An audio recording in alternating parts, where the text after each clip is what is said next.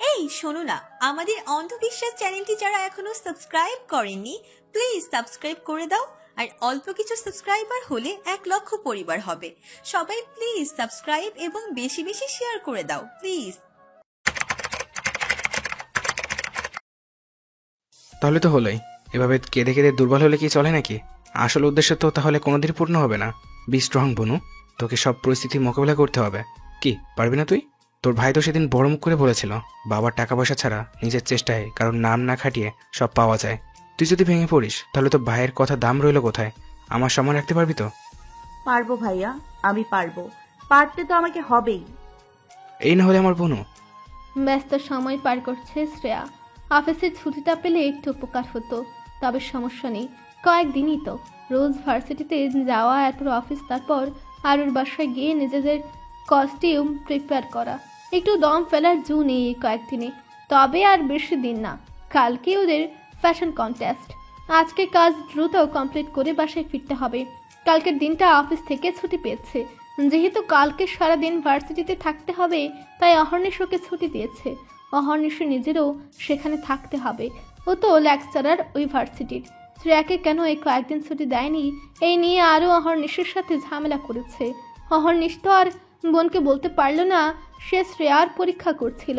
তবে শ্রেয়া যদি জোর গলায় আরেকবার বলতো ওর ছুটি লাগবেই, তবে অহর্নিশ দিয়ে দিত।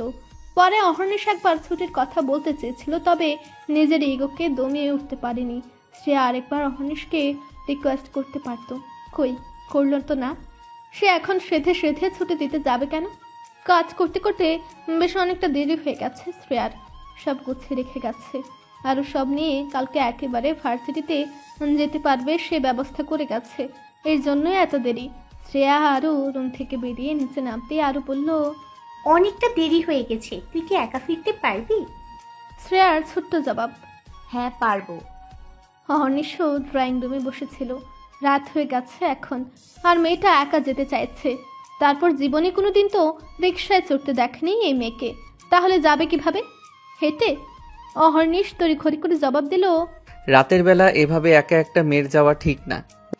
অহর্নিশের কথায় শ্রেয়া জবাব দিল, একা কোথায়, আমার ভাইয়া আছে, ওই নিতে আসবে আমাকে। শ্রেয়ার কথায় আরও কেন যেন আশ্বাস পেল না। ও ফের শ্রেয়াকে বলল, চল আমি তোকে কিছুটা এগিয়ে দিয়ে আসি। শ্রেয়া পড়ল ঝামেলায়। আরুকে তো তার আটকাতে হবে, তাই ব্যতিব্যস্ত কণ্ঠে বলে উঠল, আরে না না না, ভাইয়াকে টেক্সট করেছিলাম, ও এসে গেছে। আজকে অনেকটা পরিশ্রম গেছে।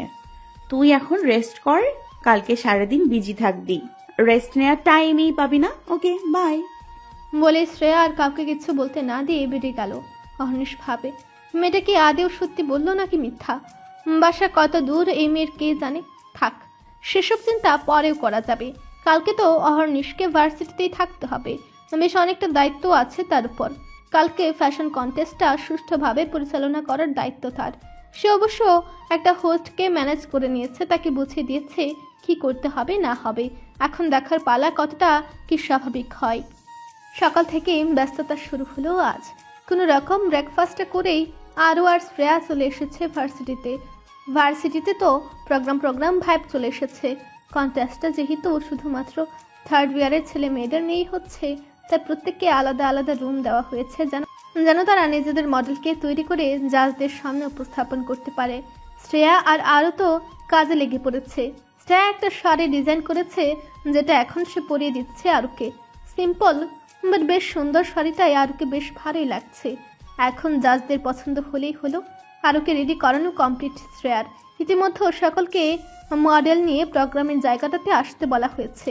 শ্রেয়া আরুকে নিয়ে যাচ্ছিল, পথিমধ্যে দেখা হলো জেসির সাথে। জেসি মেয়েটা অহংকারী টাইপের, বড়লোক বাবার একমাত্র মেয়ে দেখে অহংকারে তার মাটিতে পা পড়তে চায় না, ধরাকে যেন সরা জ্ঞান করে। শ্রেয়াকে তো আরো সহ্য করতে পারে না জেসি। এখন কি কথা শোনায় আবার। আরুকে শাড়ি পরে যেতে দেখে বলল, তোমাকে তো আমি অফার করেছিলাম আরশি, আমার মডেল তো হতে পারতে।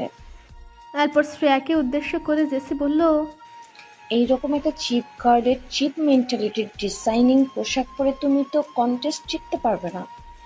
এসব কি ডিজাইন করছে? শ্রেয়াকে উদ্দেশ্য করে এসব কথা বলাতে আরো ভীষণ রেগে গেল। হ্যাঁ, জেসি তাকে তার মডেল হওয়ার অফার করেছিল ঠিকই, কিন্তু আরও সেই অফার রিজেক্ট করেছে। আরও জানে যে সিমিটা মোটেও সুবিধার না, বড়লোক বাপের বকে যাওয়া মেয়ে। আরও রাগে দাঁতে দাঁত চেপে বলল, অন্তত তোমার ডিজাইন করা খোলামেলা ওয়েস্টার্ন ড্রেসের থেকে এই শাড়ি 1000 গুণ ভালো। আর আমরা জিতবো কি জিতবো না সেটা না হয় একটু পরেই দেখা যাবে। চল শ্রেয়া, এখন দাঁড়িয়ে সময় নষ্ট করার দরকার নেই। বলে আরও শ্রেয়াকে সাথে নিয়ে চলে গেল। আরও জানে শ্রেয়া জেসিকে অনেক আগে থেকে ইগনোর করে চলে। এখন জেসি এতগুলো কথা শোনালেও শ্রেয়া একটা কথার জবাব দিত না। এসব মেয়েদের সাথে কখনো কথায় জড়ানো মানে ফালতু ঝামেলা আর সময় নষ্ট করা। আরোর এভাবে চলে যাওয়াতে জেসি রেগে গেল। ওর আগে ফুসফুস করতে করতে আওড়ালো, তোমাদের দুজনকেই আমি দেখে নেব। আশিকে হয়তো কিছু বলতে পারবো না, কিন্তু শ্রেয়াকে কে বাঁচাবে আমার থেকে? শ্রেয়া আর আরও এসে চেয়ারে বসেছে। হোস্ট এক এক করে প্রত্যেককে ডাকবে আর তারা তাদের মডেল নিয়ে যাবে এবং নিজেদের ডিজাইন সম্পর্কে ব্যাখ্যা দেবে। ভার্সিটির ফ্যাশন ডিজাইনিং বিভাগের সকল প্রফেসর, প্রিন্সিপাল আর মেইন জাজ হিসেবে সৃজা সাদিকও উপস্থিত হয়েছে। শ্রেয়া এক দৃষ্টিতে কিছুক্ষণ তাকিয়ে রইল সৃজা সাদিকের দিকে। এই মানুষটা তার মা, ভাবতেই অবাক লাগে। আরও তো খুশিতে আটখানা হয়ে রয়েছে। শ্রেয়াকে পাশ থেকে বলল, দেখ সৃজা ম্যামকে কতটা সুন্দর লাগছে দেখতে। শুনেছি ওনার নাকি 2টা ছেলে মেয়ে আছে, তাও নাকি বড় বড়। ভাবা যায় ওনার চেহারা দেখলেই তো মনেই হয় না এখনো ইয়াং লাগে। শ্রেয়া ছোট্ট করে জবাব দিল, হুম। আর তো আর জানে না তার আইডলের মেয়ে তার পাশে বসে আছে, তা আবার তার বেস্টি হিসেবে। জানলে না জানি কি করতো মেয়েটা। ইতিমধ্যে হোস্ট এসে উপস্থিত হলো মঞ্চে। মাইকটা নিয়ে বলা শুরু করলো, আসসালামু আলাইকুম, সকলকে আজকের ফ্যাশন কন্টেস্টে স্বাগত। থার্ড ইয়ারের স্টুডেন্টদের নিয়ে আয়োজিত এই কন্টেস্টেন্ট প্রধান অতিথি হিসেবে উপস্থিত আছেন সৃজা সাদিক। তাকে অসংখ্য ধন্যবাদ। তিনি তার শত ব্যস্ততার মধ্যেও এখানে উপস্থিত হয়েছেন। সৃজা ম্যামকে আমাদের স্টুডেন্টদের উদ্দেশ্যে কিছু বলার জন্য অনুরোধ করছি। মাইক্রোফোনটা সৃজা সাদিকের কাছে দেওয়া হলো। তিনি নিজের চেয়ারে বসে তার বক্তৃতা দিলেন। আসসালামু আলাইকুম সকলকে। আমাকে এখানে আমন্ত্রণ জানানোর জন্য ধন্যবাদ। ফ্যাশন সেন্স এক একজনের এক এক রকম হবে, এটাই স্বাভাবিক। তবে সব সময় নিজের সর্বোচ্চটা দিয়ে কাজ করতে হবে, কাজের প্রতি ডেডিকেটেড থাকতে হবে। আমি সকল স্টুডেন্টদের উদ্দেশ্যে বলছি, তোমরা কাজের প্রতি নিষ্ঠাবান হও, সাথে যত্নবানও হও। ধন্যবাদ সৃজা ম্যামকে তার সংক্ষিপ্ত বক্তব্য দেওয়ার জন্য। আমরা আমাদের মেইন প্রোগ্রামটা স্টার্ট করছি এখন। প্রথমেই ডেকে নিচ্ছি রেশমি ও তার মডেলকে। এভাবে প্রতিটি স্টুডেন্টকে একে একে ডেকে নেওয়া হলো। জেসির পালা আসলে সেও গেল। সে ওয়েস্টার্ন ড্রেস নিয়ে কাজ করেছে, একটু খোলামেলা type dress, but it's okay. সব ধরনের ড্রেসে সবাই কমফোর্টেবল না ঠিকই, বাংলাদেশে অতটা ওয়েস্টার্ন ড্রেস কেউ পরে না ঠিকই, তবে ব্যতিক্রমও তো আছে। এবার শ্রেয়ার পালা আসলো। তাকে তার মডেল নিয়ে মঞ্চে আসতে বলা হলো। শ্রেয়া আরুকে নিয়ে মঞ্চে উঠল। এখন তার ডিজাইন সকলের সামনে প্রেজেন্টেশন করতে হবে। শ্রেয়ার মডেলকে শাড়ি পরে থাকতে দেখে সকলে অবাক। আর কেউ শাড়ির উপরে কোনো কাজ করেনি। কেউ কেউ one piece, long dress, lehenga, আবার বিভিন্ন টাইপের ওয়েস্টার্ন ড্রেস নিয়ে ডিজাইন করেছে ঠিকই, তবে শাড়ি নিয়ে কেউ ভেবেও দেখেনি। এটা ভেবেই সবাই অবাক। শ্রেয়া মাইক্রোফোনটা হাতে নিল এবং বলল, উপস্থিত সকলকে আসসালামু আলাইকুম। শাড়ি বাংলাদেশের একটা ঐতিহ্য। এখানে এমন কোনো নারী উপস্থিত নেই যে জীবনে একবার হলেও শাড়ি পরেনি। কথায় আছে, শাড়িতেই নারী। শাড়ি পছন্দ করে না এমন বাঙালি নারী খুঁজে পাওয়া ভার। তাই আমার আজকের ডিজাইন হলো শাড়ি। তারপর শ্রেয়া শাড়ির বর্ণনা শুরু করলো। এই শাড়িটা হাফ সিল্ক এবং হাফ সুতি। অনেকেই সিল্ক শাড়িতে কমফোর্টেবল ফিল করে না, আবার কোনো অনুষ্ঠান বা পার্টিতে গেলে সুতি শাড়িও পরে যাওয়া যায় না। তাই শাড়ির ফেব্রিক হিসেবে হাফ সিল্ক ও হাফ সুতি ব্যবহার করা হয়েছে। এতে যেন শাড়িটা পরে সকলে আরাম পায়। আর শাড়ির আঁচলটাতে বাংলার কিছু পটচিত্র উপস্থাপন করা হয়েছে, যেগুলো সম্পূর্ণ সুতার কাজে তৈরি করা হয়েছে। এই চিত্রগুলো বাঙালির সংস্কৃতি কিছুটা ধারণ করবে। এরকম আরও নানা বর্ণনা শ্রেয়ার শাড়ির ব্যাপারে দিল। সকলে মনোযোগ দিয়ে শ্রেয়ার কথাগুলো শ্রবণ করছিল। অহর্নিশও অবাক হলো শ্রেয়ার ফ্যাশন সেন্স দেখে। সবাই ঠিকই বলে শ্রেয়া সত্যি অসাধারণ। সৃজা সাদিক যেন শ্রেয়ার মধ্যে নিজেকে দেখতে পাচ্ছেন। উনি একটাই সময় এভাবেই নিজের ডিজাইন ভার্সিটিতে তুলে ধরেছিলেন। তারপরেই তো তার কেরিয়ারের সূচনা হয়েছিল। শ্রেয়ার এরকম সবার থেকে ভিন্ন চিন্তাধারায় তিনি মুগ্ধ। কিন্তু ওনার কি ভাগ্য, ওনার মেয়ে ওনার সামনেই নিজের ডিজাইন উপস্থাপন করেছে, কিন্তু তিনি ওকে চিনতে পারছেন না। ক্লাস 8 বা 9 থাকাকালীন একটা মেয়ে আর কতটা বড় থাকে। শ্রেয়ার চেহারা, বডি, ফিগার সব কিছুরই পরিবর্তন এসেছে। আগের তাকে মেলানো দায়।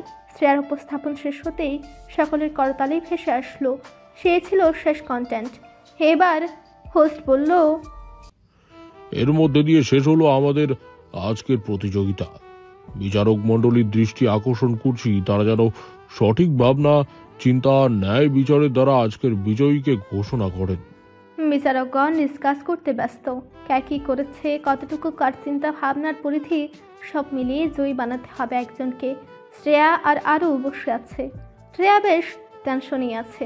অনেকে ভালো ভালো ডিজাইন করেছে। হ্যাঁ মানছি, সে একাই শাড়ি কনসেপ্ট নিয়ে এসেছে, কিন্তু বাকিরাও তো কম ভালো করেনি। শ্রেয়াকে টেনশন করতে দেখে আরও ওকে সাহস দেওয়ার জন্য বলল, আরে টেনশন করিস না তো, আমরাই জিতবো। ওই জেসি যতই ওসব ওয়েস্টার্ন ড্রেস ডিজাইন করুক না কেন, তোর মতো চিন্তা ভাবনা কে করতে পেরেছে? তোরটাই সবার থেকে ইউনিক আর সুন্দরও বটে। তাছাড়া তোর মডেল কে হয়েছে দেখতে হবে না? এই শাড়িতে তো আমাকে কত সুন্দর লাগছে, ও মাই গড। শ্রেয়া চিন্তিত স্বরে বলল, ব্যাপারটা সেটা না, অনেকের ডিজাইনেই তো দেখলাম বেশ ভালো। এখন দেখার পালা জাজরা কাকে সিলেক্ট করে। শ্রেয়া বলেছিল। তখন কোথা থেকে যেন জেসি এসে ওদের পাশের চেয়ারে বসতে বসতে বলল, তোমাদের এত টেনশন করে লাভ নেই। তোমরা হেরে গিয়েছো, এটা কনফার্ম। এসব সস্তা ডিজাইন দিয়ে কাজ হবে না, বুঝলে? আরও জেসির কথা শুনে ফিস ফিস করে কিছু বলতো, যা শুধু শ্রেয়াই শুনতে পেল। শয়তানের নাম নিয়েছি আর অমনি শয়তান হাজির। আবার বলে তোমরা হেরে গেছো, এটা কনফার্ম। হ্যাঁ, আসলে আমার মা জননী পেতনিপতি, উনি বলবেন আর তাই হবে। আরুর কথা শুনে শ্রেয়া নিজের হাসি চেপে রেখেছে। আরও এখন জানে জেসির কথাই শ্রেয়া রিয়েক্ট করবে না, তাই ও বলল, হেরেছি নাকি জিতেছি তার কিছুক্ষণের মধ্যেই দেখতে পাবে। নিজেকে কি ভাবো তুমি, খনা, যে তুমি গণনা করে যা বলবে তাই হবে? জেসি কিছু বলতে যাবে তার আগেই হোস্টের গলার স্বর শোনা গেল, ইতিমধ্যে রেজাল্ট আমার কাছে চলে এসেছে। জাজরা তাদের সিদ্ধান্ত জানিয়ে দিয়েছেন। তোমাদের কি মনে হয় কে বিজয়ী হয়েছে? তারপর চারিদিক থেকে শুরু হলো ফিসফিসানি। কে বিজয়ী হতে পারে এই নিয়ে সকলেই আলোচনায় ব্যস্ত। টান টান উত্তেজনা বিরাজ করছে সকলের মধ্যে। কে বিজয়ী হতে পারে? আর মধ্যহস্তি আবার বলল, আজকে বিজয়ী হয়েছে শ্রেয়া এবং আরশি। তাদের মঞ্চে আসতে বলছি, আর বিচারকদেরও বলছি মঞ্চে এসে ওদের ট্রফিটা হাতে তুলে দিতে। আরও তো খুশিতে শ্রেয়াকে জড়িয়ে ধরে লাফাচ্ছে। শ্রেয়াও ভীষণ খুশি হয়েছে। প্রথম ধাপে জয়ী হয়েছে সে। শ্রেয়া আর আরও সাফল্যেও অহর্নিশ খুশি। সে আগে থেকেই কিছুটা আন্দাজ করেছিল যে ওরাই জিতবে। অন্যদিকে জেসি তো রাগে ফেটে যাচ্ছে। কিভাবে ওরা পারলো এই ভেবেই ওর মাথা গরম হচ্ছে। ও আর কিছু না বলে চেয়ারে একটা লাথি মেরে হন হন করে সেখান থেকে চলে গেল। এখন ওদের পুরস্কার গ্রহণের দৃশ্য আর ওর দেখার ইচ্ছা নেই। শ্রেয়া আর আরও স্টেজে উঠেছে। ওদের সৃজা সাদিক নিজ হাতে পুরস্কার দিলেন। এতদিন পর নিজের মাকে কাছ থেকে দেখে শ্রেয়ার চোখ টলমল করে উঠল। ইস, কত বছর পর সামনাসামনি দেখলো এই মুখটা। মা যতই খারাপ হোক না কেন, মা তো মাই হয়। হোস্ট এবার সৃজা সাদিককে প্রশ্ন করলেন, ম্যাম, একটা প্রশ্ন। অনেকেই তো ভালো ডিজাইন উপস্থাপন করেছে, এদের মধ্যে শ্রেয়া আর আরশিকে সিলেক্ট করার কারণ কি? সৃজা সাদিক বললেন, যারা কন্টেস্টে অংশগ্রহণ করেছে প্রত্যেককেই খুব ভালো করেছে, তবে এদের মধ্যে চিন্তাধারার ব্যাপারটা আমার কাছে শ্রেয়ারটা বেশ ইউনিক লেগেছে। কারোর সাথে ওনার কোনো মিল আমি পাইনি। আর কোনো কন্টেস্টে জেতার জন্য এরকম ভাবনাই প্রয়োজন। তাই আমাদের বিজয়ীকে খুঁজে বের করতে বেশি একটা অসুবিধা হয়নি। এরপর স্টেজে থেকে সকলে নেমে গেল। সৃজা সাদিকও চলে যাচ্ছিলেন। আরও শ্রেয়াকে নিয়ে ওনার সামনে গিয়ে দাঁড়ালেন। শ্রেয়া যেতে চাচ্ছিল না, আরোই জোর করে নিয়ে গেল। সৃজা সাদিক একবার পরখ করলেন দুজনকে, আর ওনাকে বলল, ম্যাম, আমি আপনার অনেক বড় একজন ফ্যান, আপনাকে আমার আইডল হিসেবে দেখি, একটা অটোগ্রাফ দিবেন প্লিজ? সৃজা সাদিক আরোর হাতে থাকা নোটপ্যাডটা নিল, সেখানে সাইন করতে করতে বলল, তোমরাই তো আজকে জয়ী হয়েছো। আর শ্রেয়া, তোমার চিন্তা ভাবনা ভালো, কিপ ইট আপ, ভবিষ্যতে তুমি ভালো কিছু করতে পারবে। শ্রেয়া কিছু বলল না। সৃজা সাদিক সাইন করে দিতেই ও আরোকে টেনে নিয়ে গেল। এখানে বেশিক্ষণ থাকলে ও নিজের অজান্তেই কান্না করে দিবে। সৃজা সাদিককেও কিছুক্ষণ পর্যবেক্ষণ করছিলেন শ্রেয়াকে। মেয়েটা হ্যাঁ বা না কিছুই বলল না, তবে মেয়েটাকে দেখে তার কেমন যেন লাগলো। মেয়েটার নামটাও তার মেয়ের নামে। কতদিন যাবৎ সে ছোট্ট মেয়েটার খোঁজ করছে সে। আজ থাকলে হয়তো ওর বয়সই হতো। ফ্যাশন কন্টেস্টের পর বেশ কিছুদিন কেটে গেছে। প্রকৃতিতে দেখা দিয়েছে নানা পরিবর্তন। বসন্ত শেষ হয়ে রৌদ্রজ্জ্বলা ঝলমলে দিন দেখা দিয়েছে। রবি তার কিরণ চারিদিকে বিলাতে শুরু করেছে, যার দরুন তাপমাত্রা বৃদ্ধি পাচ্ছে। তবে এখন তা কিছুটা সহনীয় পর্যায়ে রয়েছে। চূড়ান্ত পর্যায়ে উপনীত হতে বেশ কিছুদিন বাকি এখনো। মাসে 4 বার ছুটির দিন আসে। আজকের ছুটির দিনটিতে শ্রেয়া আর শ্রেয়াস মিলে বের হয়েছে। যদিও বেশ কয়েক ছুটির দিন শ্রেয়াস বন্ধুদের সাথে আড্ডা দিয়েছে, ঘুরে বেরিয়েছে। এই দিনগুলোতে শ্রেয়াস ওর মুখমণ্ডল আবৃতকারী ম্যাক্সটিতে বেশ কয়েকবার ধন্যবাদ জ্ঞাপন করেছে। দিবে না কেন? যদি অ্যাসে শ্রেয়াসের ফেস কেউ দেখতো, তাহলে কি আর এরকম বন্ধুদের সাথে নর্মালি ঘুরে বেড়াতে পারতো? প্রকৃতির মুক্ত বাতাস প্রাণ ভরে নিতে পারতো না তো। তবে বর্তমানে করুণ অবস্থা হচ্ছে অহর্নিশের। প্রথম কেউ না চিনলেও অনেকদিন হয়েছে ও চৌধুরী ফ্যাশন হাউসের সিও হিসেবে জয়েন করেছে, তাই ওকে দেখলে অনেকেই চিনে যায়। আর রাস্তায় বের হলে ওকে এখন মুখে মাস্ক, চোখে কালো চশমা, আবার মাথায় ক্যাপ চাপাতে হয়, যেমনটা আজকেও হয়েছে। বোনকে নিয়ে একটু বেরিয়েছে, এত করে বলেছিল যে না নিয়ে এসে উপায় নেই।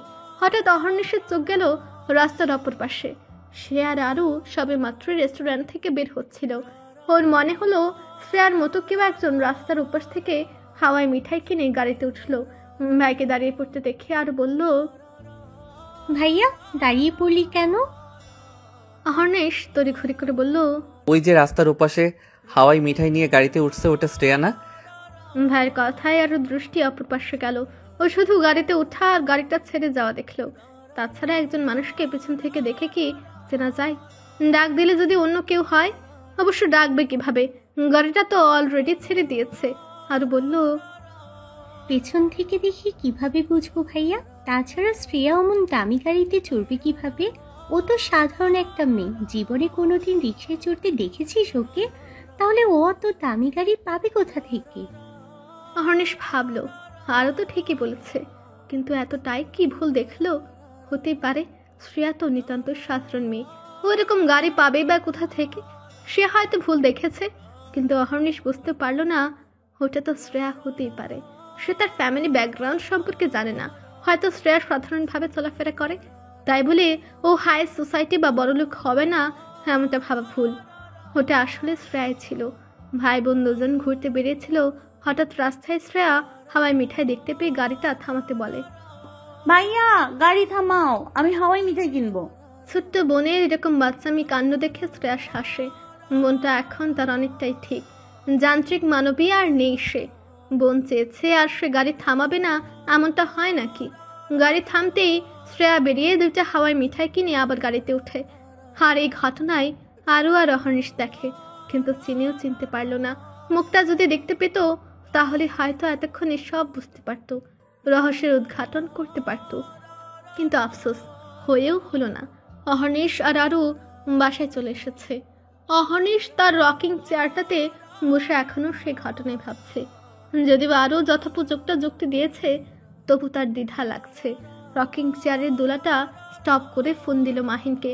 মাহিন ফোন রিসিভ করে বলল, ইন্সপেক্টর মাহিন শেখ স্পিকিং। কি প্রয়োজন, তাড়াতাড়ি বলে ফেলুন। ভং ধরা বাদ দে মিস শ্রেয়সী, শ্রেয়ার সব ডিটেলস চাই আমার। শ্রেয়াসের বোনের ব্যাপারে আমাকে ডিটেলস বের করতে বলেছিস কেন? ওর কাছ থেকেই তো জেনে নিতে পারিস। অহর্নিশ কিছুটা বিরক্ত হলো। এই এক নাম নিয়ে পড়েছে মহা ঝামেলায়। প্রথমে আর্টিকেল দেখে একটু সন্দেহ হয়েছিল দুজনে কি একজনই নাকি এই ব্যাপারে, কিন্তু এরপর শ্রেয়াসের সাথে কত কথা হয়েছে, যদি ওর বোন ওর বিয়ে হতো তাহলে তো একবার অন্তত বলতোই যে আমার বোন তোর অফিসে জব করে। কই, এমন তো কিছু বললো না। আবার শ্রেয়াস যদি শ্রেয়ার ভাই হতো তাহলে ও কেন নিজের ভাইয়ের অফিস ছেড়ে এই অফিসে জব করতে যাবে? ওদিকে শ্রেয়ার ব্যাপারটা কি সত্যি ভুল দেখেছে এই ব্যাপারে শিওরও হতে পারছে না। অহনিশ বলল, আমি শ্রেয়াসের বোন নই, আমার পিএস শ্রেয়ার কথা বলছি। ও, দুজনের নামই এক? বাই এনি চান্স দুজন আবার এক নয় তো? দুজন যদি একজনই হতো তাহলে কি আমরা জানতে পারতাম না? শ্রেয়াস তো আমাকে বলতোই যে ওর বোন আমার অফিসে জব করে, আর নিজেদের অফিস ছেড়ে অন্যদের অফিসে কে জব করতে আসে? মাহিন ভাবলো অহর্নিশের কথা তো ঠিক, তারপর ভেবে বলল, তো তোর বিয়ের ব্যাপারে খোঁজ নিতে কেন বলছিস? জানি কি বলতো, গ্রেট অর্নিশ চৌধুরী একটা বিয়ের খোঁজ নিতে চাচ্ছেন কেন? অহর্নিশ আবার বিরক্ত বোধ করলো। সবকিছুর মধ্যে এই ছেলে কাহিনী কি পায়, তবু বিরক্তিবোধ দমিয়ে বলল, মিস শ্রেয়ার আচার আচরণ কেমন যেন একটা রহস্যজনক। ইদানিং আরুর সাথে বেশ খাতিরদার, দুজন বেস্টি। আগে মিস শ্রেয়া চুপচাপ থাকলেও এখন আরুর সাথে থেকে বেশ চঞ্চল হয়েছে, কিন্তু আমার সামনে এসে কেমন যেন থম মেরে থাকে, যেন আমি বাঘ, কিছু বললেই খেয়ে ফেলবো। মেয়েটা খুব একটা বড়লোক পরিবারের নয়, যদিও এই ব্যাপারে আমি শিওর না, শুনেছি মাত্র। জীবনে কোনোদিন রিকশায় উঠতে দেখিনি তাকে আমি, তবে আজ হঠাৎ একটা দামি গাড়িতে উঠতে দেখেছি, তাই কৌতূহল হচ্ছে আমার। মেয়েটা সবার সামনে নিজেকে যেমন দেখায় আসলে কি সে তেমন নয়? মাহিন এতক্ষণ মনোযোগ দিয়ে অহর্নিশের কথা শুনছিল। ব্যাপারটা তো সত্যি জটিল। ও বলল, দেখ ভাই, প্রথমত তুই ওর ফ্যামিলির ব্যাপারে কোনো কিছু জানিস না, তাই আগেই ওর ব্যাপারে ধরে নেওয়া ভুল। আর আমি দেখছি কি করা যায়। কয়েকটা দিন ওর গতিবিধি পর্যবেক্ষণ করতে হবে, কোনো কিছু জানতে পারলে তোকে জানাবো। মাহিন অহর্নিশের সাথে কথা বলার পর থেকে খোঁজ চালাচ্ছে, তবে শ্রেয়ার ব্যাপারে কিছু জানে না বিধায় খোঁজ খবর নিতে সমস্যা হচ্ছে। তবে ও এবার একটা কঠিন সিদ্ধান্ত নিয়েছে, শ্রেয়ার পেছনে লোক লাগাবে। যদিও এটা করা অনুচিত, শ্রেয়ার ব্যাপারে কোনো কমপ্লেইন বা রিপোর্ট নেই, সেক্ষেত্রে সে আইনের লোক হয়ে অযথা একটা মেয়ের পেছনে লোক লাগিয়ে তাকে স্টক করা এক ধরনের অপরাধ বলা যেতে পারে, কিন্তু এছাড়া তো আর কোনো উপায় নেই। সেজন্য বাধ্য হয়ে আজকে সে এরকমটা করবে বলে ঠিক করেছে। শ্রেয়া আর আরু ভার্সিটিতে এসেছে, দুজনে একসাথে বসেছে, প্রতিদিনই অবশ্য বসে। যেদিন থেকে আরও ওর সাথে বন্ধুত্ব করেছে, প্রথম প্রথম ভয় করলেও শ্রেয়া আরুর মতো এমন একটা বন্ধু পেয়ে খুশি। এমন একটা ফ্রেন্ডই তো চাইতো যে সব সময় ওর সাইডে থাকবে, কখনো ওকে হ্যাও করবে না, গুরুত্ব দেবে ওর কথায়। ওরা দুইজন বসে কিছু বিষয়ে টুকটাক আলোচনা করছিল, এমন সময় জেসি সেখানে আসলো। ওদের নিকট দুইটা ইনভিটেশন কার্ড এগিয়ে দিয়ে বলল, কালকে আমার বার্থডে, সকলকে ইনভাইট করেছি, তাই তোমাদেরও দিলাম। তোমরা প্লিজ আগের ব্যাপারে ভুলে যাও, আগের সব কিছুর জন্য আমি ক্ষমা চাইছি। আরও জবাব দিল, ঠিক আছে, আমরা ভেবে দেখব।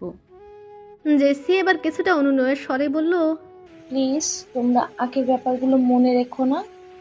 ওসবের জন্য আমি আবারও তোমাদের কাছে মাপ চাইছি।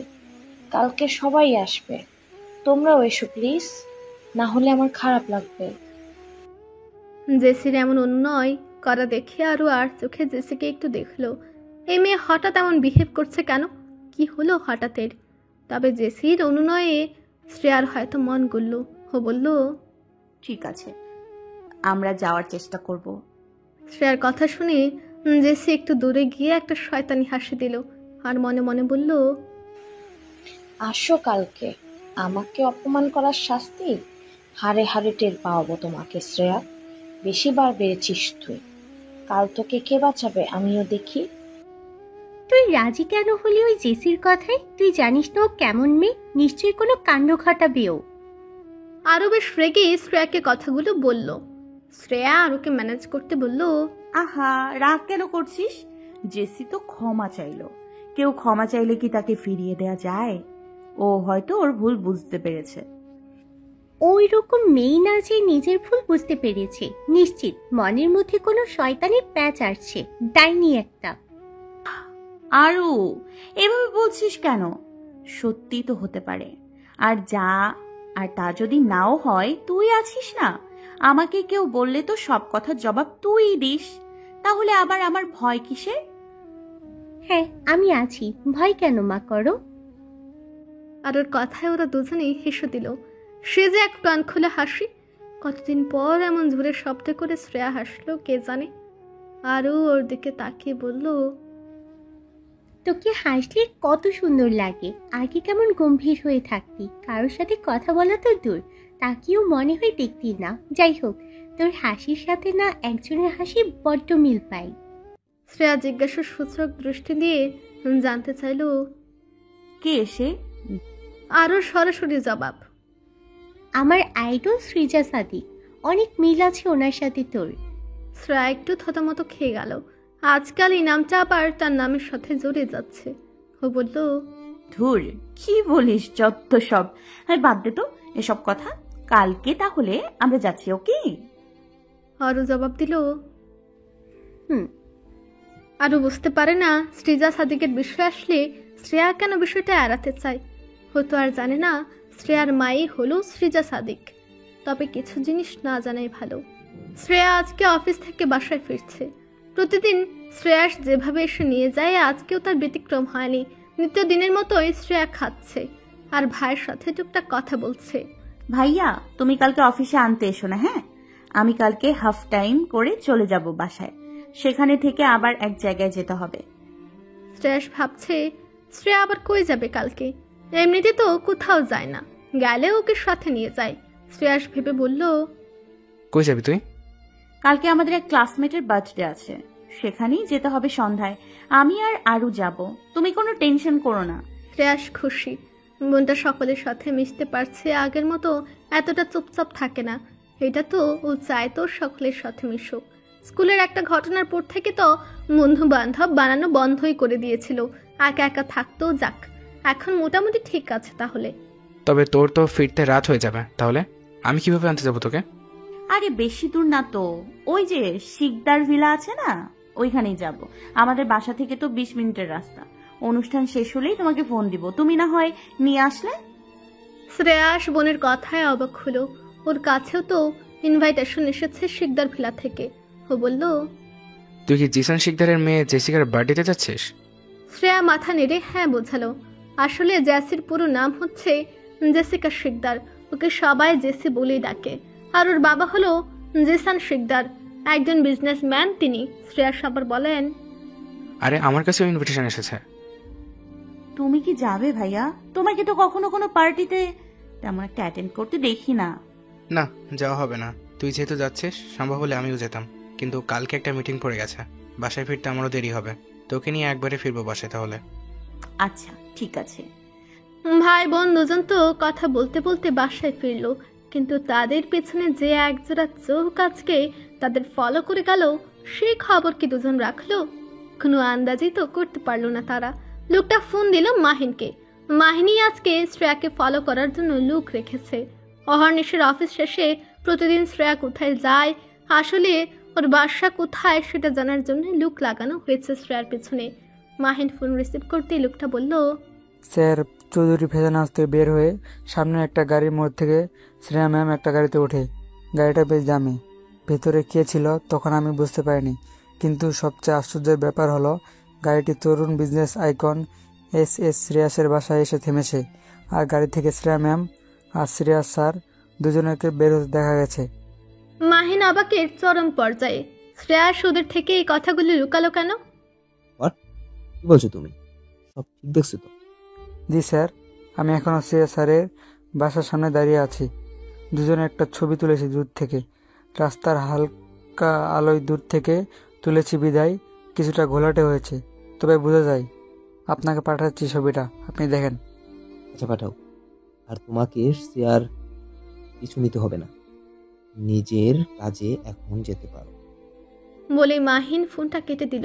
কিছুক্ষণ পরে ওর ফোনে একটা খুদে বার্তা আসার শব্দ হলো। ও বার্তাটি ওপেন করতে ভেসে উঠলো চেনা অথচ অজানা দুজন মানবের ছবি। এখন তো নিশ্চিত হওয়া গেল চোখ কখনো ভুল বলে না। আর নিজের চোখকে যে বিশ্বাস করে না তার মতো গর্ধব হয়তো পৃথিবীতে কেউ নেই।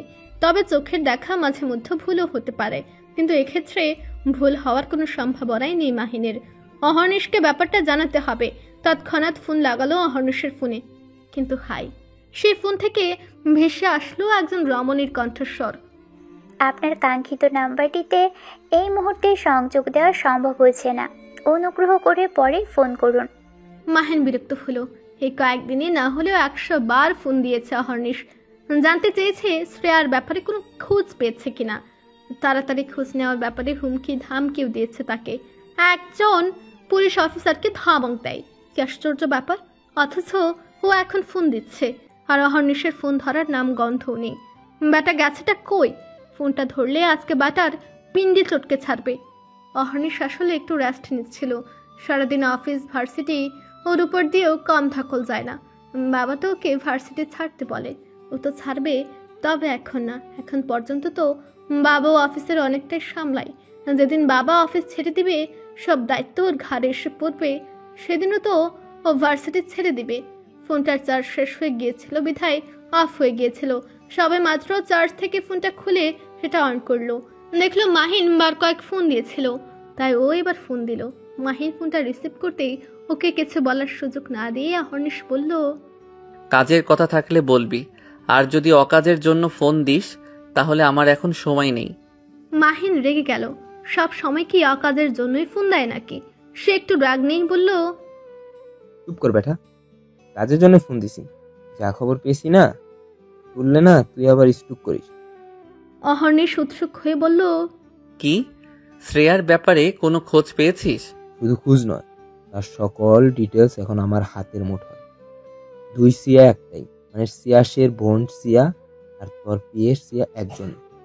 What, are you sure? তোকে ছবি পাঠিয়েছি, দেখ বিশ্বাস হয় কিনা। অহর্নিশ এবার ফোনটা হোল্ড করে মেসেজ অপশনে গিয়ে দেখলো মাহিন একটা ছবি পাঠিয়েছে। ছবিটা দেখে ওর মুখটা আপনা আপনি হা হয়ে গেল। সে কি সত্যি দেখছে? কলটা আনহোল্ড করতেই মাহিনের কণ্ঠ পাওয়া গেল। বিশ্বাস হলো এবার? না করে উপায় আছে? তবে ওদের ব্যাপারটা লুকানোর মানে কি? কি এমন আছে যার জন্য ভাই বোন কেউ কারোর পরিচয় দিল না?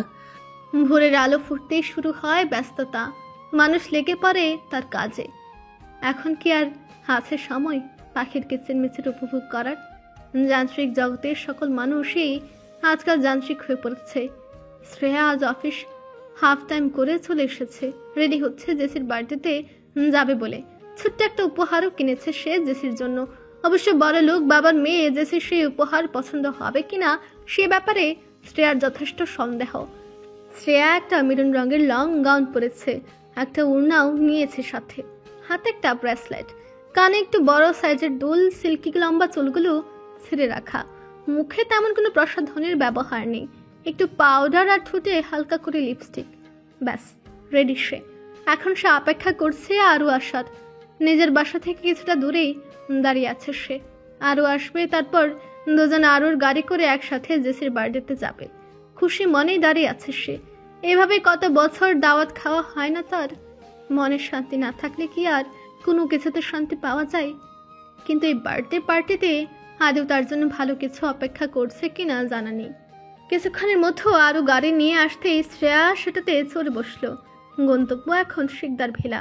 আরও আর শ্রেয়া দুজনের সাজ পোশাক একই। মূলত দুই বান্ধবী আজকে একই টাইপের জামা কাপড় পরেছে। আরও পরেছে লাল রঙের একটা লং গাউন, ওড়নাও নিয়েছে। শ্রেয়া আর আরুকে দেখতে অনেকটা একই রকম লাগছে, জানে একই মায়ের প্যাটের দুই বোন। গাড়িতে চড়া মাত্রই আরও শ্রেয়াকে সতর্কতা বাণী শোনানো শুরু করেছে। দেখ শ্রেয়া, জেসির বার্থডেতে নানা রকম মানুষজন আসবে। আমি জানি না সেই দিন কেন আমাদের সাথে ভালো ব্যবহার করেছে, কিন্তু আমার ওর মতলব সুবিধা ঠিকছে না। ডাইনিটার তলে তলে কোনো প্ল্যান তো অবশ্যই করছে। এই জন্য তোকে নিয়ে আসতে চাইছিলাম না এখানে, কিন্তু তুই তো ভালো মানুষই দেখিয়ে ক্ষমা করে দিলি, আবার যাবিও বললি। ওর বাসায় তো আজকে অনেক ভিড় হবে, নামি দামি ব্যক্তিবর্গ আসবে। তুই সবসময় আমার সাথে সাথে থাকবি, দরকার পড়লে ফেবিকলের মতো চিপকে থাকবি। গাড়ি থেকে নামার পর যে আমার হাত ধরবি, একদম ছাড়বি না। আরও একদম এই কথাগুলো বলল। ওর বলার যথেষ্ট কারণ আছে, তবে শ্রেয়া একটু বিরক্ত বোধ করলো। সেদিন থেকে এক কথা শুনে যাচ্ছে ওকে, ফোন করেও একই কথা বলছে, আবার এখনো বলছে। শ্রেয়া বিরক্তি নিয়েই বলল, তোর এই ভাঙা রেকর্ডটা একটু বন্ধ করবি প্লিজ? ভার্সিটিতে এরপর ফোনে, তারপর গাড়িতে একই কথা শুনিয়ে যাচ্ছিস। আমি সব বুঝতে পেরেছি রে বাবা, একদম তোতা পাখির মতো মুখস্থ করেও ফেলেছি। এবার শ্রেয়া আরুর হাতটা ধরলো এবং বলল, তুই গাড়ি থেকে নামার পরে হাতটা ধরে রাখতে বলেছিলি না, আমি এখনই ধরলাম। ওই বাড়ি থেকে বের না হওয়া পর্যন্ত আমি এই হাত ছাড়বো না। খুশি এবার? আরও মাথা নাড়ল। শেখদার ভেলা সেজে উঠেছে নানা রঙে, চারিদিকে আলোর রোশনায় ছড়াছড়ি।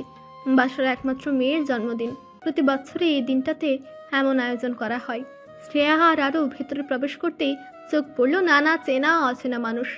তবে প্রথমে ওদের জেসিকে খুঁজতে হবে, যার জন্য এখানে আসা আজকে। জেসিদের বাসার সামনের গার্ডেনটিতে বার্থডের আয়োজন করা হয়েছে। একটু এগোতেই চোখে পড়ল জেসিকে, যে কয়েকজনের সাথে হাসি ঠাট্টায় মত্ত। জেসিকে দেখে প্রথমে আরও চোখ মুখ কুচকালো। এই মেয়েকেই কোনোদিন সভ্য হবে না। আজকে অন্তত একটা সুশীল ড্রেস পরতে পারতো, না হয় একটা লং প্রিন্সেস গাউনই পরতো। এত টাকা খরচ করে ওসব স্লেহীন ড্রেস পরার মানে কি? টাইট ফিট ড্রেসটা হাঁটুর অনেকটা উপরে উঠে আছে, শরীরের ভাঁজগুলো ফুটে উঠেছে, বিশ্রী লাগছে দেখতে, কিন্তু কিছু বলার নেই। বলতে গেলে টাকার গরম দেখাবে। বলি আরোদেরও তো কম নেই, তাই বলি কি ও এসব ড্রেস কোনোদিন পরেছে? কয়েক বছর বিদেশেও থেকে এসেছে, তখনও তো অন্তত হাঁটুর নিচ অব্দি পোশাক পরেছে। বিদেশি রমণীদের দেখে তার মনে কোনো ইচ্ছাও জাগেনি ওসব পোশাক পরার। শ্রেয়া আর আরও এগিয়ে এসে জেসিকে উপহার দিল। জেসি হাসি মুখে উপহারগুলো নিল আর বলল, তোমরা এসেছো, আমি ভীষণ খুশি হয়েছি, একটু পর আরো খুশি হয়ে যাব। বলেই কিছুটা শয়তানি মার্কা হাসি হাসলো। আরও তড়িঘড়ি করে জবাব দিল, মানে কিছু না, চলো কেক কাটতে যাব।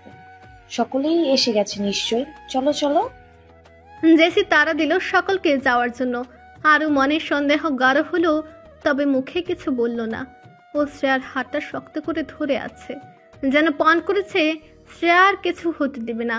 কেক কাটা সুষ্ঠুভাবে সম্পন্ন হলো, একদম ঝামেলাবিহীন। কিন্তু কেউ কি আদৌ আজ করতে পারছে এরপর কি হবে? হয়তো কাউকে ফিরে পাওয়া, হয়তো কোনো সত্যের বহিঃপ্রকাশ।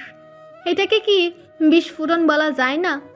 কেক কাটা শেষে আরও আর শ্রেয়া দাঁড়িয়ে টুকটাক কথা বলছিল। সবাই একই কাজ করছে, আবার কেউ কেউ সফট ড্রিঙ্কস খাচ্ছে আর গল্প করছে। হুট করেই আরও চোখ গেল ভাইয়ের দিকে। তার মানে অহর্নিশও এখানে এসেছে, আসতেই পারে। এখানে কত নামি দামি ব্যক্তিবর্গ এসেছে। আরও শ্রেয়ার হাতটা ছেড়ে ভাইয়ের সাথে একটু দেখা করতে গেল, আর এটাই জানা হলো চরম ভুল।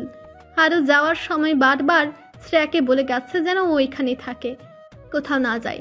সে একটু ভাইয়ের সাথে দেখা করে চলে আসবে। শ্রেয়া যে কোথাও গিয়েছে এমনটা নয়, সে সেখানেই দাঁড়িয়ে আশেপাশে তাকাতাকি করে দেখছে। হঠাৎ করেই শ্রেয়ার নজর গেল দুজন মানুষের উপর। সে কি ঠিক দেখছে?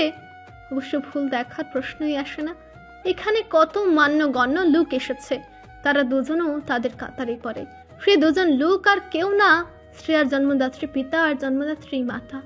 সেদিন মাকে দেখে শ্রেয়ার অদ্ভুত অনুভূতি হয়েছিল, আর এখন বাবাকে দেখে এক ধ্যানে তাকিয়ে আছে। ইস, এই লোকটা ওর জন্মদাতা। কেউ কি জানে? না, জানে না। শ্রেয়া যেন নিজের হুঁশে নেই, অপলক দৃষ্টিতে চেয়ে রয়েছে তাদের দিকে। ছবিতে, টিভিতে, পেপারে হাজারবার দেখেছে এই দুজনকে, কিন্তু এত বছরের সামনে যায়নি। মায়ের সাথে তো সেদিন অনাকাঙ্ক্ষিত দেখা হয়েছিল, আর আজকে বাবার সাথে। ইচ্ছে তো করছে ছুটে গিয়ে জড়িয়ে ধরি, কিন্তু তাদের করা ব্যবহারের জন্য মস্তিষ্কটা যেতে চাইলেও মনটা যেতে চাচ্ছে না। কি দোটানায় পড়েছে সে। মন মস্তিষ্কের লড়াই, নিজেকে প্রমাণ করার লড়াই। দুর্বল হলে চলবে না, ভেঙে পড়লে চলবে না। কিন্তু শ্রেয়ার এসব চিন্তা ভাবনাই যেন ওর জন্য কাল হয়ে দাঁড়ালো। সে ভাবনার জগতেই বিচরণ করছে, অথচ তার সামনেই কত বড় অঘটন ঘটতে চলেছে সে কি জানে? শ্রেয়াকে একা দাঁড়িয়ে অন্যমনস্ক হয়ে কিছু ভাবতে দেখে জ্যাসি নিজের কাজ সারার জন্য এগিয়ে এলো। ও তো এতক্ষণ শ্রেয়ার একা হওয়ার অপেক্ষাতেই ছিল, আরও ছিল বিধায় কিচ্ছু করতে পারছিল না। শ্রেয়াকে একা দেখে সে এগিয়ে এলো। দূর থেকে ভেবেছিল শ্রেয়াকে কিছুটা কথার জালে ফাঁসিয়ে কাজ হাসিল করবে, কিন্তু শ্রেয়া অন্য মনস্ক হওয়ায় তার কোনো পরিশ্রম করতেই হলো না। টুক করে এসে কাজটা নিঃশব্দে সেরে চলে গেল। আরও এতক্ষণে চলে এসেছে, 5টা মিনিটও সময় নেয়নি। ঝড়ের গতিতে দৌড়ে গিয়েছে, আবার চলেও এসেছে। কিন্তু ওর অবর্তমানে কি হয়ে গেল? শ্রেয়াকে অন্য মনস্ক হয়ে থাকতে দেখে আরও ওকে ধাক্কা দিল আর বলল, এই কি দেখছিস ওভাবে তুই? শ্রেয়া কিছুটা ছিটকে উঠে বলল, না তেমন কিছু না। আরুর হঠাৎ নজর গেল শ্রেয়ার ব্যাগের দিকে। ফ্রেম টাইপ ব্যাগ নিয়েছে সে। এই ব্যাগগুলোতে চেইন থাকে না, উপরের দিকে মাঝ বরাবর কেমন যেন দুটো উঁচু বলের মতো থাকে। 2টা বল 2 দিকে ফেরানো থাকে। এগুলোতে হালকা চাপ প্রয়োগ করলে ব্যাগটা খুলে যায়। শ্রেয়ার ব্যাগটা খোলা দেখে আরু বলল, এই তোর ব্যাগটা খোলা রয়েছে আর তুই কোন ধ্যানে রয়েছিস? লাগা বলছি, এমনিতে টেনশনে আছি, বিপদ কোন দিক থেকে আসে আর তুই সব খুলে বসে আছিস। আরুর কথায় শ্রেয়ার নজরও সেখানে গেল। তাড়াতাড়ি করে ব্যাগটা আটকালো। তারপর 2 বান্ধবী মিলে এদিক ওদিক একটু ঘুরে ঘুরে দেখা শুরু করলো। কিছুক্ষণ পরে একটা চিৎকার শোনা গেল। চিৎকারটা আসলে জ্যাসি দিয়েছে, তা আবার জোরে ড্যাড বলে। মেয়ের চিৎকারে জিসান শিকদার এগিয়ে গেলেন কি হয়েছে দেখার জন্য। ইতিমধ্যে জ্যাসির ওখানে কয়েকজন লোক জড়ো হয়েছে। জিসান শিকদার মেয়ের হাতটা ধরে জিজ্ঞেস করলেন, কি হয়েছে প্রিন্সেস, তুমি এরকম চিৎকার করলে কেন? Anything's wrongs with you bed? জ্যাসি কান্নার অভিনয় করে বলল, ড্যাড, তুমি যে আমাকে ডায়মন্ডের রিংটা দিয়েছিলে আজকে, ওটা খুঁজে পাচ্ছি না। এই যে এই আঙ্গুলে পড়েছিলাম, কিন্তু কোথায় গেল পাচ্ছি না কোথাও। জিসান শিকদার মেয়েকে শান্ত করানোর জন্য বলল, কোথাও পড়ে গেছো হয়তো, দাঁড়াও এক্ষুনি খোঁজার ব্যবস্থা করছি। বলে জিসান শিকদার কয়েকজন লোককে খুঁজে লাগিয়ে দিলেন। লোকগুলো চিরুনি তল্লাশি চালাচ্ছে, কিন্তু দুর্ভাগ্যবশত খুঁজে পাওয়া গেল না। খুঁজে না পাওয়াটাই স্বাভাবিক, কারণ হারিয়ে গেলে জিনিস খুঁজে পাওয়া যায়, কিন্তু যে জিনিস নিজের ইচ্ছায় হারানো হয় সেটাকে খুঁজে পাওয়া কথা? একদমই না। খুঁজে পাওয়া গেল না বিধায় জেসি প্রস্তাব করলো, ড্যাড, পুলিশকে কল করো। আই এম ড্যাম শিওর কেউ চুরি করেছে। আজকে তো বাসার গেট খোলা, কত মানুষ ঢুকেছে না ঢুকেছে তার হিসেব নেই। জ্যাসির কথা মতো জেসন শিকদার পুলিশ ডাকলো। পুলিশ অফিসার হিসেবে মাহিন এবং সে তার কয়েকজন সহকর্মী নিয়ে এলো। সার্চ করা শুরু হয়ে গেছে। এর মধ্যে এত বড় বড় ব্যক্তিবর্গদের চেক করতে গিয়ে পুলিশরাই বিব্রত বোধ করছে, কিন্তু কিছু করার নেই, এটা তাদের ডিউটি। শ্রেয়া আর আরুর পালা আসলো এবার। শ্রেয়ার ব্যাগ সার্চ করতে একজন পুলিশ অফিসার বলল, স্যার রিংটা পাওয়া গিয়েছে বলে উঁচু করে সকলকে দেখালো। আসলে অফিসারদের আসার পরেই জেসির রিংটার ছবি দেখানো হয়েছিল, যাতে তারা দেখলেই চিনতে পারে। সকলে শ্রেয়ার দিকে তাকিয়েছে। অহর্নিশ আর মাহিনও অবাক হয়ে তাকিয়েছে। সে আর অহর্নিশ পাশাপাশি দাঁড়িয়ে আছে। আরু আর শ্রেয়া নিজেরাও অবাক। আরু তো শতভাগ নিশ্চিত শ্রেয়া কিছু করেনি। সে হাতের বন্ধনটা আর একটু জোরালো করলো। ওদিকে জেসি রেগে তেড়ে আসলো শ্রেয়ার দিকে, অথচ মনের মধ্য তো কুটিল হাসি হেসে ভাবছে, এবার বাঁচাবে কে তোকে শ্রেয়া? জেসি তেড়ে এগিয়ে আসলো শ্রেয়ার দিকে। আজকে তো একটা সুযোগ পেয়েছে শ্রেয়াকে হাস্ত করার, ওকে অপমান করার। এই সুযোগ কিছুতেই হাতছাড়া করা যাবে না। প্রতিদিন তো আর এই সুযোগ পাবে না, তাই আজকে সুযোগটা ভালোভাবেই কাজে লাগিয়ে ছাড়বে। ছোট লক্ষ্য থাকার, আমি ভালোভাবে তোকে দাওয়াত দিয়েছিলাম, আর তুই আমার বাড়িতে চুরি করতে এসছিস? তোকে তো আমি আজকে মেরেই ফেলবো। বলে জেসি হাত উঠালো থাপ্পড় দেওয়ার জন্য, কিন্তু আরও এবার ঢাল হয়ে দাঁড়ালো শ্রেয়ার সামনে। শ্রেয়ার চোখ দিয়ে তো লোনা জল গড়িয়ে পড়ছে, তবে সে তার বাবা মায়ের দিকে তাকিয়ে তাদের রিয়াকশন দেখার চেষ্টা করছে। আজকেও সে বুলি হচ্ছে। স্কুলেও হয়েছিল, তখন কেউ কিছু বলেছিল না, আর আজকে তো আরো অন্তত আছে শ্রেয়াকে বাঁচানোর জন্য। আরো জেসির হাতটা খপ করে ধরে বলল, মুখ সামলে কথা বলো জেসি, তোমার বার্থডেতে গেস্ট হয়ে এসেছি আমরা, শ্রেয়াকে মারার সাহস কিভাবে পাও? চোরের সাথে এমন ব্যবহার ছাড়া আর কেমন ব্যবহার করব? এত বড় লোক বাড়ি দেখে নিশ্চিত লোভ সামলাতে পারিসনি। এইসব ছোট লোকদের এই একটাই সমস্যা। অবস্থা বেগতিক দেখে অহর্নিশ ফোন লাগালো শ্রেয়াসের ফোনে। ফোন রিসিভ করতে অহর্নিশ বলল, তুই যেখানেই থাকিস না কেন তাড়াতাড়ি শিকদার ভিলায় এসে উপস্থিত হ, এখানে কুরুক্ষেত্র বেঁধে গেছে। শ্রেয়াস বলল, কি হয়েছে? তোর বোন শ্রেয়াকে সবাই অপমান করছে, তাড়াতাড়ি এসে বাঁচা তুই ওকে। বোনের কথা শুনে শ্রেয়াস হাইপার হয়ে গেল, কিন্তু মন মস্তিষ্কে একটা প্রশ্ন ঠিকই আসলো, অহর্নিশ শ্রেয়াকে চেনে কিভাবে? নাকি ভুল বলছে? কিন্তু শ্রেয়া যে আজকে সত্যি শিকদার ভিলায় গেছে। শ্রেয়াস বলল, তুই শ্রেয়াকে চিনিস কিভাবে? আর শ্রেয়ার কি হয়েছে? কে কি বলেছে? তোর সে অনেক কথা কিভাবে চিনি পরে বলবো। তোর বোনকে সবাই চোরের অপবাদ দিচ্ছে, যা নয় তাই ছোট লোক বলে অপমান করছে। তুই তাড়াতাড়ি আয়। আমি গাড়িতে আছি, 10 মিনিটের মধ্যে আসছে। শ্রেয়াস ফোনটা কেটে দিল। অহর্নিশ এবার মাহিনীর দিকে তাকিয়ে বলল, আমার কেন যেন মনে হচ্ছে জেসি শ্রেয়াকে ফাঁসানোর চেষ্টা করছে। তুই এক কাজ কর, কাউকে পাঠা এক্ষুনি এখনকার সিসিটিভি ফুটেজ আনার জন্য। মাহিনী এবার বলল, আমারও তাই মনে হচ্ছে। তো ইচ্ছাকৃত ওই ঘটনা ঘটিয়েছে। আমি লোক পাঠাচ্ছি ফুটেজ আনার জন্য। মাহিন একটা লোককে ডাক দিল। পুরো একজন অফিসার। ও নির্দেশ দিল দ্রুত এই বাগানের সম্পূর্ণ ফুটেজ আনার জন্য। লোকটা স্যারের কথা মতো ছুটল। আরও আর জেসির কথা কাটাকাটিতে শ্রেয়া আরো বেকুল হয়ে পড়েছে। ও চিৎকার করে বলল, আমি সত্যি কিছু জানি না, আমি কিচ্ছু চুরি করিনি। আমি তো ওই রিংটা আগে দেখিও নি জেসির হাতে। জেসি এবার আরো অভিনয় করে বলল, ওরে চোরের মায়ের বড় গলা, এখন তো এইসব বলবি? অফিসার এদিকে আসুন, নিয়ে যান এই চোরটাকে। হাতে নাতে প্রমাণ সহ ধরেছি, তাহলে আর অপেক্ষা কিসের? সবাই এসব কাহিনী দেখছিল। শ্রীজা সাদিক এবার কিছুটা এগিয়ে এসে বলল, ছি শ্রেয়া, তোমাকে আমি ভালো মনে করেছিলাম। সেদিন তোমার ফ্যাশন সেন্স দেখে আমি মুগ্ধ হয়েছিলাম। ভেবেছিলাম তোমাকে আমাদের অফিস জয়েন করতে বলবো, কিন্তু তুমি যে এই রকম টাইপের মেয়ে আমি কল্পনাও করতে পারিনি। ছি। তখনই পেছন থেকে ভেসে আসলো কার গমগমে কণ্ঠস্বর, একদম আমার বোনকে চিচি করবেন না শ্রীজা সাদিক। আপনি কেমন মানুষ তা কি আপনি ভুলে গিয়েছেন? সেনা কণ্ঠস্বর শুনে সকলে পেছনে তাকালো। হ্যাঁ, সবাই ঠিকই তো দেখছে, এ তো এস শ্রেয়াস। কিন্তু শ্রেয়াকে বোন বলছে কেন? তার মানে কি এই মেয়ে শ্রেয়সী শ্রেয়া, এস শ্রেয়াসের বোন? শ্রেয়াস এগিয়ে আসলো শ্রেয়ার কাছে। ভাইকে দেখতে পেয়ে শ্রেয়া জড়িয়ে ধরলো তাকে। ভাইয়ের বুকে পড়ে ফুপে ফুপে কাঁদা শুরু করলো শ্রেয়া। শ্রেয়াসও আগলে নিল বোনকে আর রাগান্বিত কণ্ঠে বলল, আমি শ্রেয়াস, শ্রেয়া ফ্যাশন হাউসের ওনার। আমার বোন শ্রেয়াকে কে ছোট লোক বলেছে? আর ওকে চোর কেন বলা হয়েছে? জেসির তেজ এখনো কমলো না। ও একই ভাবে বলল, যে চুরি করে তাকে তো চোরই বলা হবে, তাই না? আর আপনি নিজেকে এস শ্রেয়াস দাবি করবেন আর আমি বিশ্বাস করে নেব? ওরকম মাস্কের আড়াল থেকে অনেককেই দেখতে একই রকম লাগে। নিশ্চয়ই শ্রেয়া আপনাকে ভাড়া করে এনেছে অভিনয় করার জন্য। মুখ সামলে কথা বল। আমার বোনের ব্যাপারে কোনো কিছু আমি টলারেট করব না। জেসান শিকদার মেয়েকে আটকাতে যাচ্ছেন, কিন্তু মেয়ে ওনার কথা শুনছে না। যারা বিজনেসের সাথে জড়িত সকলেই বুঝে গেছে এটা এস শ্রেয়াস। কিন্তু তার মেয়ে এরকম করছে কেন? নিজেদের ধ্বংস ডেকে আসছে কেন?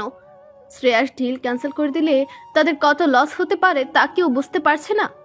জেসি আবার তর্ক করে বলে উঠল, মুখ আপনি বন্ধ করুন, জোচ্চর লোক। শ্রেয়াস এবার পকেট হাতড়িয়ে নিজের আইডেন্টি কার্ডটা ছুঁড়ে মারলো জেসির দিকে আর বলল, এই যে আমার আইডেন্টিটি কার্ড, ভালো করে দেখ। জেসি আইডেন্টি কার্ডটা দেখলো, তবু বলল, এই রকম নকল আইডেন্টি কার্ড বানানোই চায়। নিজের আসল রূপে ফিরে আসুন। স্ত্রী আপনাকে কত টাকা দিয়েছে তার ডাবল দিচ্ছি আমি আপনাকে। জেসির কথাগুলো আর শ্রেয়াসের সহ্য হলো না। ও শ্রেয়াকে আরোর কাছে দিয়ে জেসির গালে ঠাস করে একটা থাপ্পড় মারলো। থাপ্পড়ের জোর এতটাই ছিল যে জেসি পড়ে যেতে নিল। জেসান শিকদার মেয়েকে ধরলেন। জেসি গালে হাত দিয়ে দাঁড়িয়ে আছে, মাথা তার ভন ভন করে ঘুরছে। শ্রেয়াস এবার নিজের মাস্কটা সবার সামনে খুললো। শ্রীজা সাদিক শ্রেয়াসকে দেখে এক পা পিছিয়ে যেতে আরহাম সাদিক তাকে ধরলো। সে নিজেও এত বছর পর ছেলেকে দেখে অবাক হয়েছে।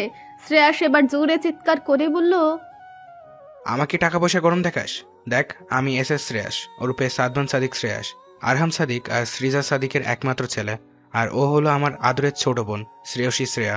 তুই ওকে অপমান করছিলে, ওর গায়ে হাত তুলতে যাচ্ছিলে, তোর হাত আমি আজকেই ভেঙে দেবো। জেসি তখনও মিনমিন করে বলল, তাই বলে তো আর সত্যিটা মিথ্যে হয়ে যাবে না। ও আমার রিং চুরি করেছে, ওর ব্যাগেই আমার রিং পাওয়া গেছে। তখনই পেছন থেকে অহর্নিশ আর মাহিন জেসির সামনে এসে দাঁড়ালো। মাহিনীর হাতে একটা ল্যাপটপ। অহর্নিশ দাঁতে দাঁত চেপে বলল, নিজে ইচ্ছা করে অন্যের ব্যাগে নিজের জিনিস ঢুকিয়ে দিয়ে তাকে চোর অপবাদ দেওয়া, এটা কোন ধরনের ম্যানার্সের মধ্যে পড়ে? এরপর মাহিনকে উদ্দেশ্য করে বলে ভিডিওটা সকলকে দেখানোর জন্য। সকলে দেখে। ভিডিওটাতে স্পষ্ট দেখা যাচ্ছে জেসি শ্রেয়ার ব্যাগে রিংটা রাখছে। জিসান শিকদার এটা দেখে পাশ থেকে মেয়ের গালে একটা চড় মারলেন। তিনি আসলে ভালো মানুষ, কিন্তু তার মেয়েটা এরকম একটা কাজ করতে পারলো কিভাবে? ড্যাড, তুমি আমাকে মারলে? জীবনে প্রথমবার বাবার হাতে মার খেয়ে এই প্রশ্ন তুলল জেসি। জিসান শিকদার রাগান্বিত স্বরে বলল, ছি জেসি, তোমার এতটা অধঃপতন আমি কল্পনাও করতে পারিনি। আমার মান সম্মানটা তুমি আর রাখলে না।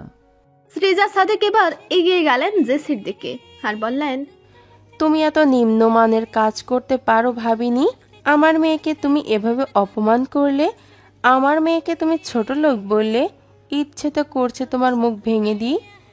মায়ের এমন বলা দেখে শ্রেয়াস ভাব, হায় রে মানুষ, একটু আগে ওর বোনকে দোষারোপ করছিল আর এখন জেসিকে করছে। শ্রীজা সাদেক এবার বললেন, আমার মেয়ে, আমার শ্রেয়া। বলে শ্রীজা সাদেক শ্রেয়ার কাছে এগিয়ে যাচ্ছিলেন। তখনই কারো আওয়াজে তার পদযুগল থেমে যায়। শ্রেয়াস গম্ভীর কণ্ঠে বলে, ওখানেই থেমে যান শ্রীজা সাদিক। আমার বোনের একদম কাছে ঘেঁষার চেষ্টা করবেন না, দূরে থাকুন ওর থেকে। ব্যাস, শ্রীজা সাদেক থেমে গেলেন। অশ্রুসিক্ত নয়নে ছেলের দিকে তাকালেন। কি বলবেন উনি? মেয়েকে এত বছর পরে পেয়েছেন, অথচ কাছে যেতে পারছেন না, ধরতে পারছেন না। ওনার মতো হতভাগী আর কে আছে? অবশ্য উনি সঠিক সময়ে জিনিসের মূল্যায়ন করতে পারেনি, তাই আজ তার এই অবস্থা। মাহিন এবার বলল, তাহলে মিস জেসিকা শিকদারকে এখন নিয়ে যাই। উনি একজন নির্দোষক দোষী করার চেষ্টা করেছেন। It's also a crime. Zeeshan Sikdar এবার কি করেন? যতই হোক একমাত্র মেয়ে ওনার। এভাবে পুলিশ স্টেশনে নিয়ে যাওয়া কি ভালো দেখায়? এমনিতেই মান সম্মান আজকে ধুলোতে লুটোপুটি খাচ্ছে। জেসির এসব কাণ্ডের সকলে নিস্তব্ধ। মেয়েটি কি পরিমাণ উগ্র হলে নিজে অন্যায় করে অন্যকে অপবাদ দেওয়ার চেষ্টা করে। জেসি মাথা নিচু করে রয়েছে। জিসান শিকদার এবার মাহিনকে বলল, অফিসার, ঝামেলাটা আমাদের মধ্যেই মিটিয়ে নেওয়া যায় না। শুধু শুধু পুলিশ কেসের কি প্রয়োজন আছে? আমরা তো আপনাকে বলিনি আমাদের ডাকুন মিস্টার শিকদার, বরং আপনাই আমাদের ডেকেছেন। এখন দুষ নিজের মেয়ের গাড়ি নিয়ে গিয়েছে, বিদায় নিজেদের মধ্যে সব মিটমাট করতে চাইছেন। মাহিনের কথায় জিসান শিকদার কি বলবেন? সত্যি তো তাই। না মানে অফিসার? জিসান শিকদার আর কিছু বলতে না দিয়ে শ্রেয়াস বলল, আমার বোনের ক্ষেত্রেও তো এই ব্যাপারটা ভাবতে পারতেন মিস্টার শিকদার। তখনও বলতে পারতেন যা হয়েছে ভুলবশত হয়েছে। এইভাবে বললেও তো আপনি সব মিটমাট করতে পারতেন, কিন্তু তা তো আপনি করেননি। মেয়ের কথায় পুলিশ পর্যন্ত ডেকেছেন। পাশে থেকে এবার অহর্নিশ বলে উঠল, এখন যদি শ্রেয়ার নির্দোষ প্রমাণ না হতো তাহলে নিশ্চিত ওকে পুলিশে দিয়ে দিতেন, একদম ছাড় দিতেন না কি, তাই তো? সত্যি বলতে জিসান শিকদার এই কাজগুলোই করতো, আর জেসি তো তাই চাইছিল। তবে নিজের এত আদরের মেয়েকে তো আর পুলিশে দেওয়া যায় না, সবার থেকে মাফ চেয়ে নেওয়া যাক না হয়। তাই তিনি বললেন, শ্রেয়াস, আমি আমার মেয়ের হয়ে তোমার বোনের কাছে মাফ চাইছি। তুমি প্লিজ ওকে ক্ষমা করতে বলো, আর জেসিও তোমার বোনের কাছে মাফ চাইবে। এইবার জিসান শিকদার জেসিকে উদ্দেশ্য করে বললেন, শ্রেয়ার কাছে মাফ চাও জেসি। জেসি মাথাটা উপরে তুলল, করুণ দৃষ্টিতে বাবার দিকে তাকালো। সে ক্ষমা চাইবে? আবার বাবার দিকে অসহায় দৃষ্টিতে তাকিয়ে বলল, ড্যাড, কোনো কথা নয় জেসি, তুমি অন্যায় করেছো, ক্ষমা তো তোমাকে চাইতেই হবে, কোনো কিন্তু নয়, যাও বলছি। জেসি এখনো ঠায় দাঁড়িয়ে রইল। ওকে যেতে না দেখে জিসান শিকদার ধমকের স্বরে বলল, কি হলো? যেতে বলছি না তোমাকে আমি, এখনো দাঁড়িয়ে আছো কেন? জেসি বাবার কথায় মনের ভেতরে রাখতে রাখতে শ্রেয়ার সামনে গিয়ে দাঁড়ালো। সে ক্ষমা চাইবে? হ্যাঁ, তাকে তো চাইতেই হবে, তাছাড়া তো আর উপায় নেই। ইচ্ছা না থাকা সত্ত্বেও চাইতে হবে।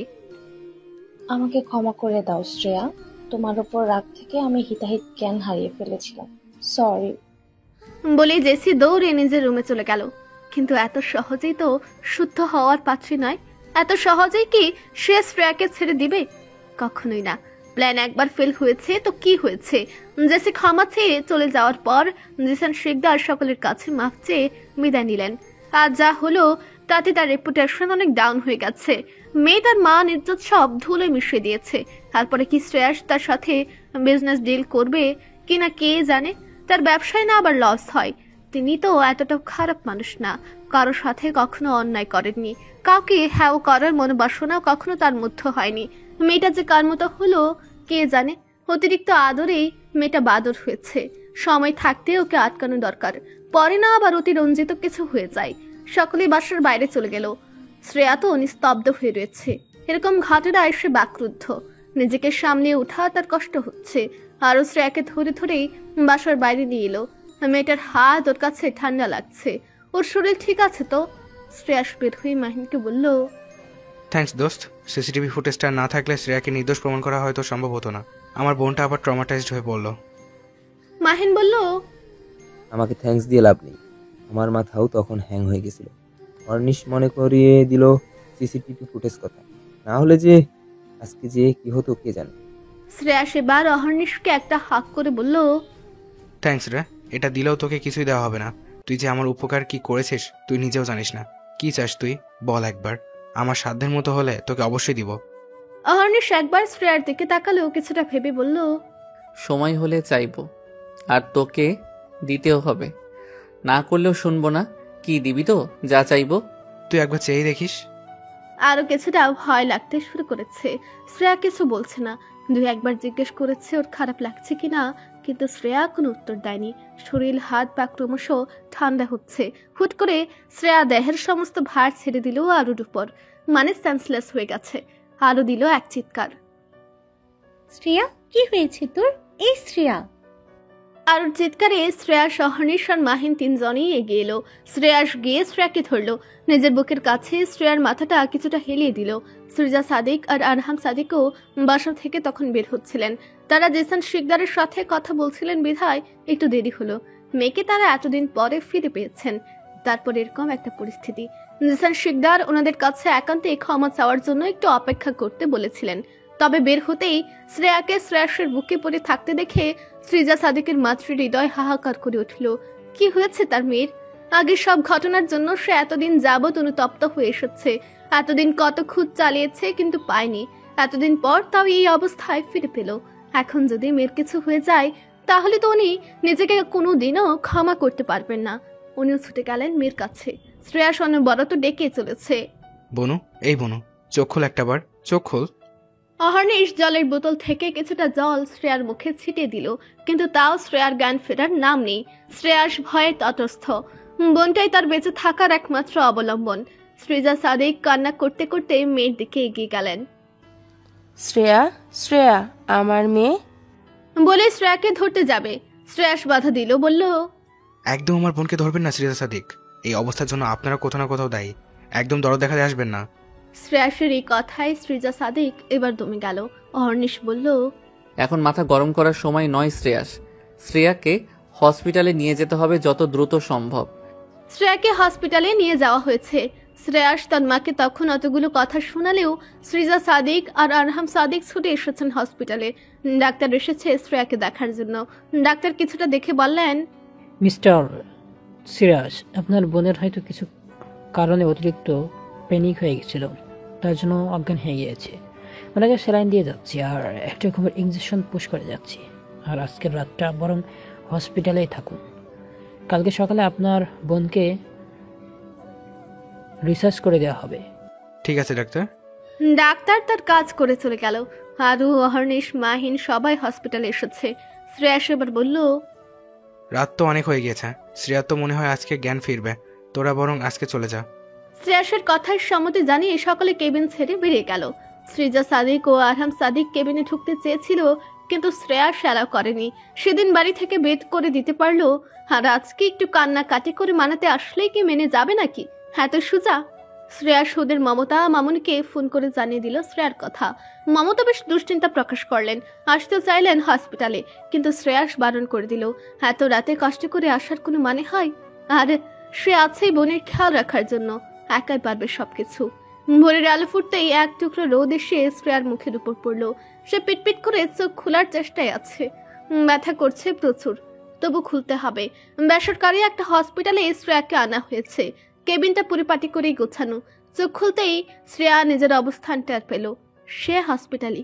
কি হয়েছিল তার? মস্তিষ্কে একটু চাপ প্রয়োগ করতেই অজ্ঞান হয়ে যাওয়ার ঘটনাটুকু স্মরণে এলো। হাতে একটু টান পড়তে দেখলো কেন না লাগানো। অপর হাতের দিকে তাকাতেই দেখলো শ্রেয়াসুর হাত জড়িয়ে ধরে চেয়ারে বসে ঘুমাচ্ছে। তার মানে সারাটা রাত হসপিটালে ছিল। ভাইয়াকে ডাকতে মন চাইল না শ্রেয়ার। রাতে নিশ্চয়ই ঠিকভাবে ঘুমাতে পারেনি ওর চিন্তায়। কিন্তু এভাবে আর কতক্ষণ? ওর হাত যে ব্যথা করছে।